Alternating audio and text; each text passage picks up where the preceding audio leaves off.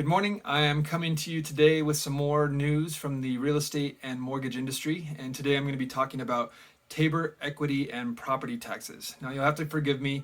There's a lot that I went into. I probably read 25, 30 articles to get a lot of the information for this video. So you'll have to excuse me that I'm going to be doing a lot of reading, but I wanted to get this news to you and I want to make sure I do it in the most effective way possible. And so a lot of that's going to be reading this stuff. So first off, Tabor is also known as the Taxpayer Bill of Rights.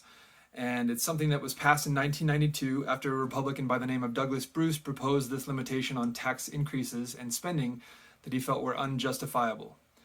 Now, under Tabor, state and local governments cannot raise taxes without voter approval and cannot spend revenues collected under those existing tax rates without voter approval if revenue grows faster than the rate of inflation and population growth. It also requires that tax increases be described in all caps on voter ballots.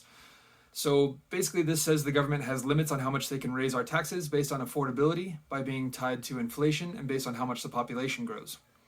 Now, it's worth mentioning that ever since this bill passed in 1992, Democratic lawmakers have hated these limitations to tax proposals and spending and have tried to repeal them many times. And they've also, as a result, adopted a strategy of adding fees to things like gas, Uber rides, delivery services like FedEx, Amazon, Grubhub, and Instacart, as well as fees for electric vehicles.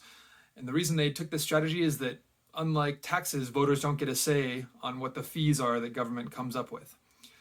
All that said, I think Tabor seems logical. If the population growth isn't that high, and if inflation is really high, we don't get to be taxed as much, and overtaxing has to be given back to the people. Well, it sounds like it's pretty good that this law is in place, since in 2022, Colorado had an unexpected surge in income tax collections that led to a 21.8% increase in discretionary revenue available to the state budget. The greatest one-year increase in at least 2 decades, to the tune of $3.65 billion in overtaxation. And that's based again by the standards of comparing taxation to population growth and inflation that they would have to give back. Now, I think it's a good time to mention that the default mechanism for these refunds currently is linked to each taxpayer's income based on 6 income tiers. And under the system called the 6-tier sales tax refund mechanism, people who make more money get bigger refund checks in the mail. Democrats, you will be able to see in the news if you look for it, have slammed these refunds over and over as being unequitable. Here are some examples.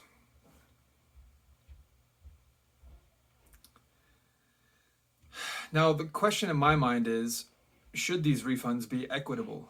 Should tax refunds, for that matter, be given out equitably? Or should it be based on what you paid in and what you overpaid? So if you're in a higher tax bracket and paid in more, a portion of which is considered overtaxation, wouldn't it make sense that you get the money back that you overpaid instead of have it being split up between you and other people who didn't pay as much into those tax overpayments? So in 2022, ahead of the November election, Governor Jared Polis and Democrats in the legislature made a 1-year change, something that as a result the voters did not get to vote on, sending out Tabor refund checks much earlier in August and September, and in amounts that were the same for everyone, as opposed to being tied to income. Each Colorado taxpayer, as you may remember, received either $750 if they were filing single, or if they were a family or filing jointly, they got $1,500. So instead of giving the money back to people proportionately for what they were overtaxed, it looks like they used it to push Democrats' agenda to make things more equitable.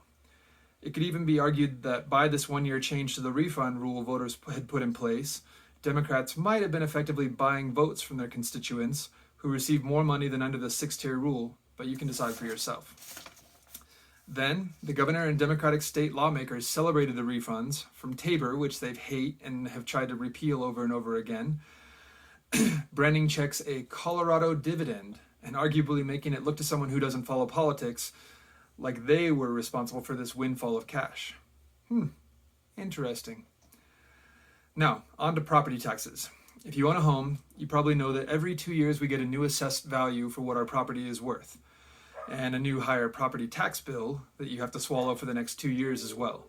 Well, it's that year again.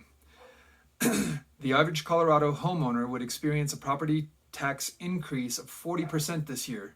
As I live in Arapahoe County, Mine went up by 43%, or a little over $194,000 from the last valuation 2 years ago. Insane. I'm definitely on the same page as Republican Representative Patrick Neville of Castle Rock, who said, "It's probably no surprise to anyone that I hate taxes, but the worst kinds of taxes are property taxes, where you are literally paying the government rent on something that you bought that they didn't help you pay for. And so this is the worst kind of taxes, and anything we can do to provide relief on these taxes, I'm all on board for."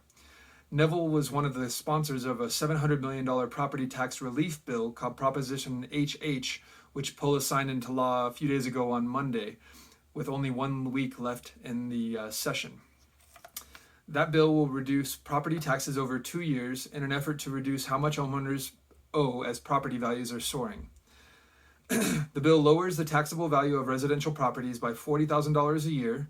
It lowers the state assessment from 6.976% to 6.7% and caps the increase in property taxes for local governments at the rate of inflation, with the exception of school districts. So a person who owns a $500,000 home can expect a savings of $274 on their tax payment each year for property taxes. The property tax increases were going to be really painful, so I'm all for cutting these property taxes. But the interesting part of that is that $400 million of the funds for this proposal will be coming from a 23% reduction in our Tabor refunds over the next 10 years rather than tax cuts. So in other words, the Democrats in power are spending our Tabor refunds, which they don't want us to get back in the first place, while saying that they are saving us money on our property taxes, with money that is really already ours.